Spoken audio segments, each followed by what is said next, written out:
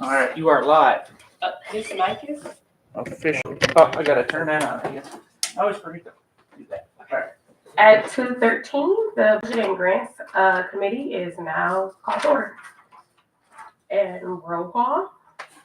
Lonnie Gary Ferguson, which is myself, and Pete Bandler. Here. All right, so we don't have an agenda for this meeting because the only thing we really are talking about is the grant. It was a motion that was put forward that Mr. Van Leer wrote, but there were some questions just kind of around the legalities of it, and I know we were waiting for Martin to have an official opinion, and so I don't know, has Martin issued that opinion? Yeah. Okay. I want to come on up. Who's Oh. I know there was more. I am here. No. Yes, I have. Okay, so can you explain?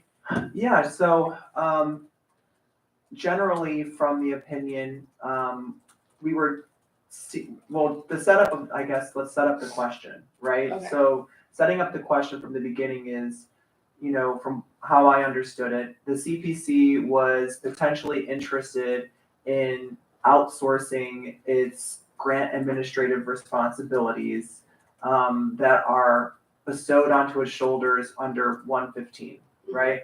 So to summarize 115.5, we are giving the CPC the authority and the duty to make grants to community-based organizations in those multiple categories. I can't remember all of them.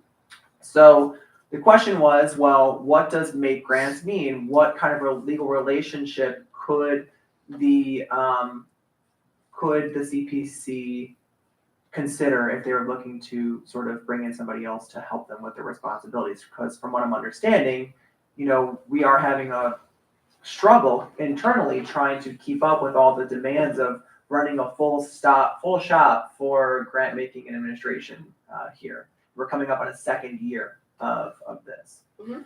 So with that in mind, we took a look at the charter to see what we could deduce. Now, there really isn't much more to analyzing the charter other than, plain reading, strategies, looking maybe to, legal definitions of things or just general definitions of things, and then looking at comparisons to other programs that the city has run and kind of comparing it and saying, okay, well, what gave them the ability to do that versus this here? Okay. So one of the hot programs that is frequently compared to our program is the Cleveland Foundation's safety program, right?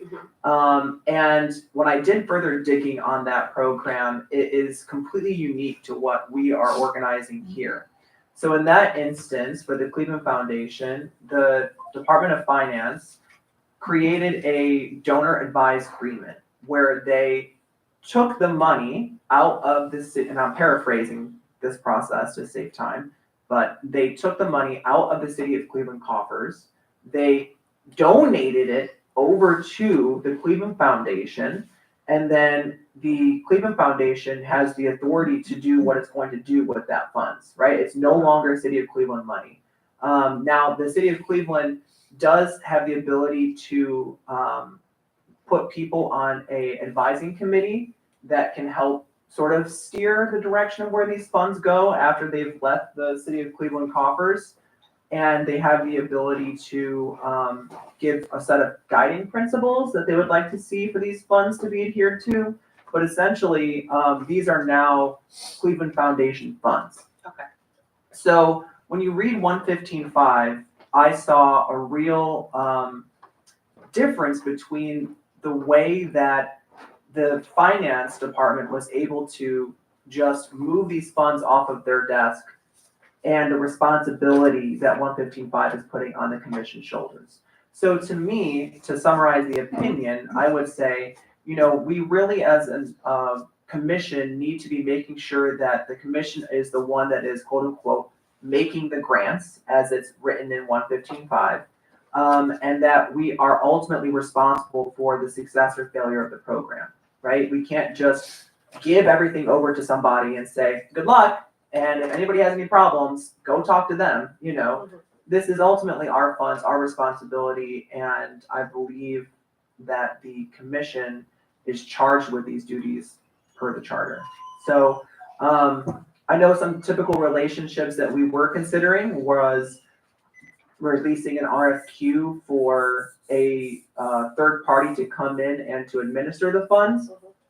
And I'm totally fine with a relationship like that. I think that would really be beneficial for the commission because we have limited staff and limited capacity. As long as we are sticking with the fact that the commission is the one that is making the ultimate decisions on where and who gets the funding, right? We should be able to say, this is who gets it, this is who does not get it. And ultimately, we should always be involved in making sure that these funds are deployed effectively, efficiently, and legally, right? So we don't want to just be like, all right, well, we're walking away 100%. We ultimately are the ones that need to be checking in on whoever is doing the administration. But somebody certainly could come in and help us with things like putting out an RFP for the funds or the grant program, soliciting applications or doing pre-review for applications, scoring applications, making recommendations, helping with contracting, doing payment reimbursement auditing, do reporting, do site visits, all of that work that is required for grant administration could be done by somebody else.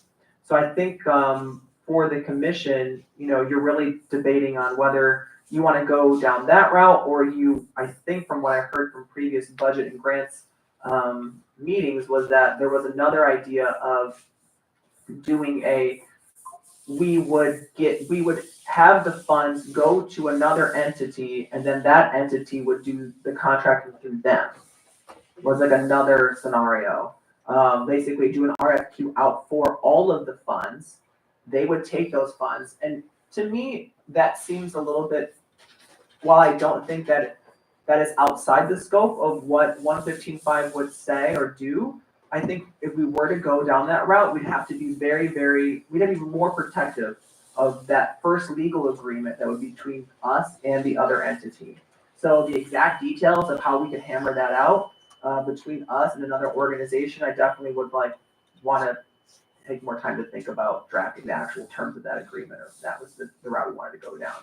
But I think it would certainly be easier to do the former, which is to get somebody in to administer the funds, do a contract with the executive director and that. But that's basically my summary. Okay, and so if we hire them to administer the funds, are we giving them all of the money? No, how it would work is they would be the runners. So, Okay. So the checks would still come through the city of Cleveland. Okay. The contracts would still be through the law department. But they would be in charge of getting the documents the law department needs. And I would be the one that's drafting the contracts. So they would be getting me what I need to draft the contracts, helping me execute the contracts, being sort of doing all of that work. Okay, awesome. So, yeah, it seems, so the two scenarios are significantly different. Like in some ways, the second one where you would give all the money to another entity with obviously city council approval to do that would in the end probably be more streamlined, right? Because then they would do, even if we maintain final approval authority, right? That would, but then the contracts would be different. There would be the one big contract that you were just talking about, but then they would contract separately and wouldn't have to go through the city. The first scenario, which is probably easier to make happen, but then on the other end, when they're giving the grants, would still involve these lengthy contracts for these small organizations and some large organizations, right? So that's one of the differences in how that might work. I mean, there's advantages and disadvantages to both. Yeah, and speaking to the idea of being able to shorten the contract, if we were to go down the second route, which is what you're talking about, I can't speak to what a third party would put in their contracts. Yeah. Right? But I know that we are putting significant, well, I wouldn't say significant, we are putting items in our contracts to help to protect the city from liability, right? And we do that to avoid risk, right? We are not at the city level, we are trying as much as we can to protect the city as much as possible. Does a third party have the same appetite for that risk as the city does? I don't know. necessarily. But, Yeah. but I don't think that our contract with this third entity would be expecting anything less than Right, what so- we would be doing. What I'm saying is that all that risk, whatever, aversion or maintenance, like protection would be in the big contract versus in each individual contract for us. Yes, unless that third party would then say, we don't want to be the ones that bear this risk, and then they pass it down to the other organizations. So with the proposal that we have is really number one, is to like contract with an entity that will manage it. We have the money except for the amount that's given to them in the contract, which can come from that money that's set aside for us for the grant program. Right, and I think, if we were to go down the second route, we'd have to talk further about how does the reimbursement process work then with this second party? Do we give all of the money up? Is the money all up front? Is it in quarters? Is it in, how is this going to work? What kind of level of risk are we willing to take because we still want to be ultimately responsible? So the proposal that I put forward is really the first one. It's about, we Just contract and then they manage it. So it's basically saying we authorize the staff and budget and grants committee to create an RFQ for an entity to manage the commission's grant program. That means they would do, among other things that aren't listed, issue an RFP for applications, score proposals, recommend awards, administer contracts with the law department, reconcile reimbursements, advances to grantees, monitor grantee performance, create performance reports for the commission, maintain records for auditing purposes. And then, we would do the fees, lowest and best, lowest and best proposal, going through the RFQ process that the city already has, right? And then we would use the money from the grant program and then we would retain final approval of all grant awards. So that was what I put forward, which is option number one. I would just want one change to this where the scoring and proposals and recommending awards, I personally want that taken out. Because I think that is still not, it's still us taking some of the responsibility away from actually making decisions. And so I don't want that in there. I understand they can do a pre-screen of the application once they are received, but I'm not okay with them actually scoring proposals and then recommending awards. So I wonder if there's a way we can come to a sort of figure something out, because I think scoring proposal, recommending awards is a huge lift, and that's one of the places we spend a lot of time working as commissioners. So I wonder if there's a way that they would assist us with that or something, as opposed to just leaving that all with the commissioners, because that's where I think that's we our spend a lot of time. responsibility. It is, but that's why I'm saying assisting, as opposed to they're doing all the scoring proposals. We need help with that. That's one of the main things we need from this work, is to help us with that process. So I hear what you're saying, so I'm just wondering if there's language we can say, let's find a way that allows them to help us with that process, so we're not just all sitting here going through a bunch of interviews or reading a bunch of things. I don't know, I'm concerned that we're not going to solve one of the major problems we have if we don't allow them to help us with that. Chair. Mhm. I think that when I heard about the process that occurred last year, I understand I was amazed with the amount of work that you all went through to select the people that you did. Lengthy interviews, you're talking about resume reviews, you're talking about proposals, you're talking about this, it's a lot, Is there any thought to, while you may want to keep the ultimate responsibility with the commission, modifying the amount of pre-work that was put in place when you're vetting these proposals? You're in the second year, you're starting to get more familiar with the organizations, and you're going to have hopefully some performance metrics from the previous year to sort of help you streamline things. That was another consideration that was out there. One compromise you can put in here is and this can be in the RFQ, so if you say scoring of, you still get to determine how that's done in the RFQ. So when we create the RFQ with you, Chair, what we'll do is we'll put the conditions for how that scoring is done.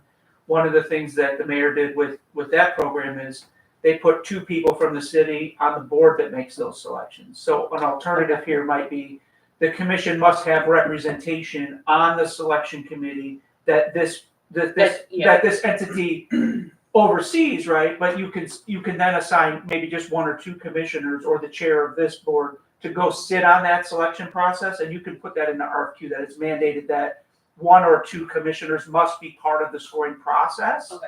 So that way you have that protection in there, right? So if you don't want to hand it completely over, we could put that in the RFQ that's one of the requirements, that their scoring process must include at a minimum the 1 member or 2 members of this committee. Okay, yeah, I'm fine with that then. So- And I get it, it is a lot of work. I just don't want it to be us totally hands off, but I'm definitely okay Do you want with to change that language in there, or is that? Yeah, no, we should change the language.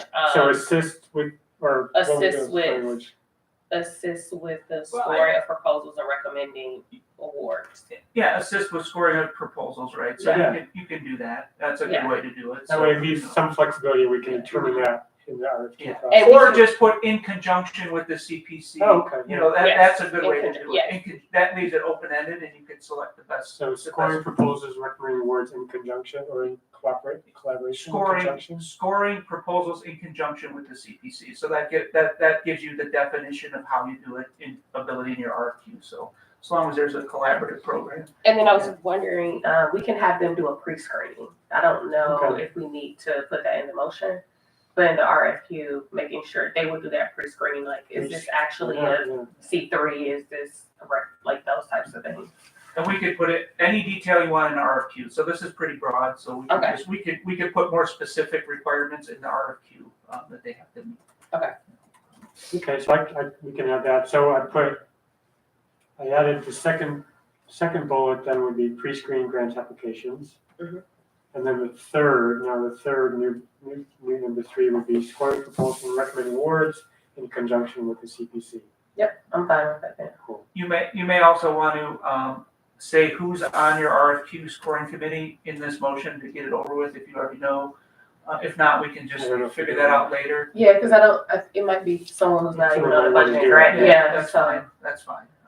We can put it, the end of the motion, that leave it blank, where we say, and we wanna nominate 2 people or 3 people to be on the RFQ review process. Like, you can say it that way, and then people can say if they wanna be nominated to sit on You it. could say a minimum of 2 or something, or? And the only rule for that is if you want to do what's called a pre-bid conference where you let people come in and answer questions for them. Okay. If you're answering questions and interacting with these people who are bidding, you cannot be on the scoring committee.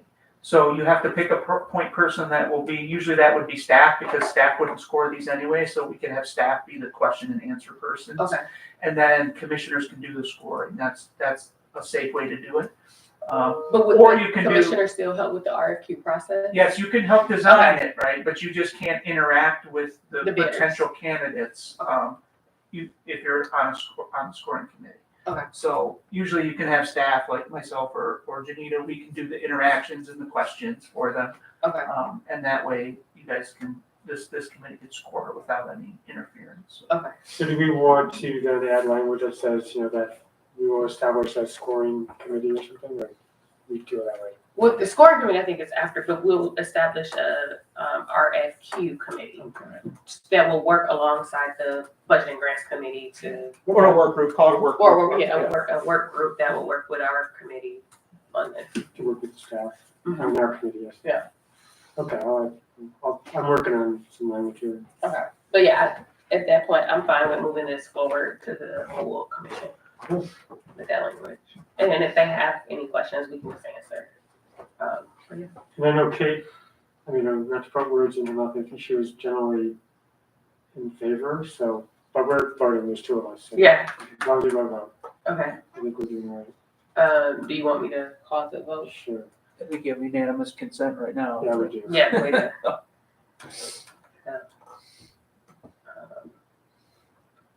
And then as long as this passes through the next meeting, the next full commission meeting, then the next time that we meet as budget and grants will be about the RFQ. Yeah, right. And we would Makes probably invite those work group members to attend that one so that we're not double meeting. And in anticipation of this passing, you could work with staff to Okay, have the RFQ ready to go. So you can just review the RFQ that first week of May, okay, and we can get it posted. If we're proactive, we can get this out. okay.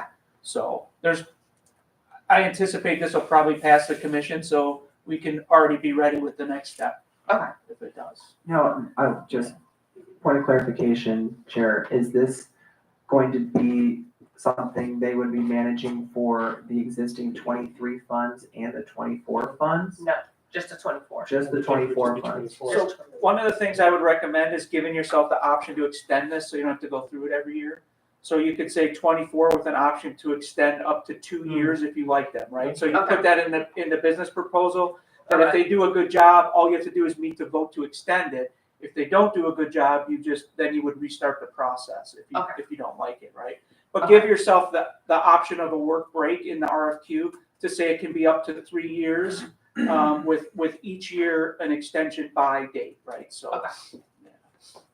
That's one of the benefits of doing it this way, is that you can do a multi-year contract that way. So, and that would be in the RFQ is the option in the contract option to renew for multiple years. And that gives incentive for entities who want to do this to do it, because it gives them the ability to see this as a long-term partnership that is mutually beneficial to everybody. Do we have an idea of how much this is gonna cost out of that budget?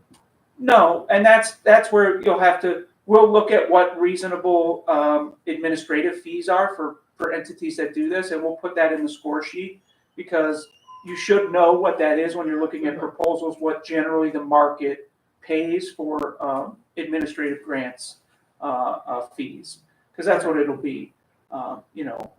I think I've heard like 8 to 10% off the top of my head, but I'm not sure if that's I'm just old wondering, information. because I'm knowing this will lower the amount of money that community gets. A little bit, yes, but we've heard from multiple sources at the administration and from council that the best way to do it, since they're not going to put any more money on top of what we already have, is to use some of that grant money, whether it be to run this program in-house or pay someone to do it. Okay. I think that's the unanimous consent right now, is that's where we should get our money from. And Martin included that in his memo, that it is possible to use this funding, a portion of this funding for that every year. Great. All right. I can send this back out, it's I've got highlighted in the new language and. Okay. Well, I think this meeting is adjourned. Wait, do we have public comment? Oh, no. Public comment, Lou stepped out, I don't see anyone else here, so. Alright, Easy enough. let me just send this right out right now, Okay. just the same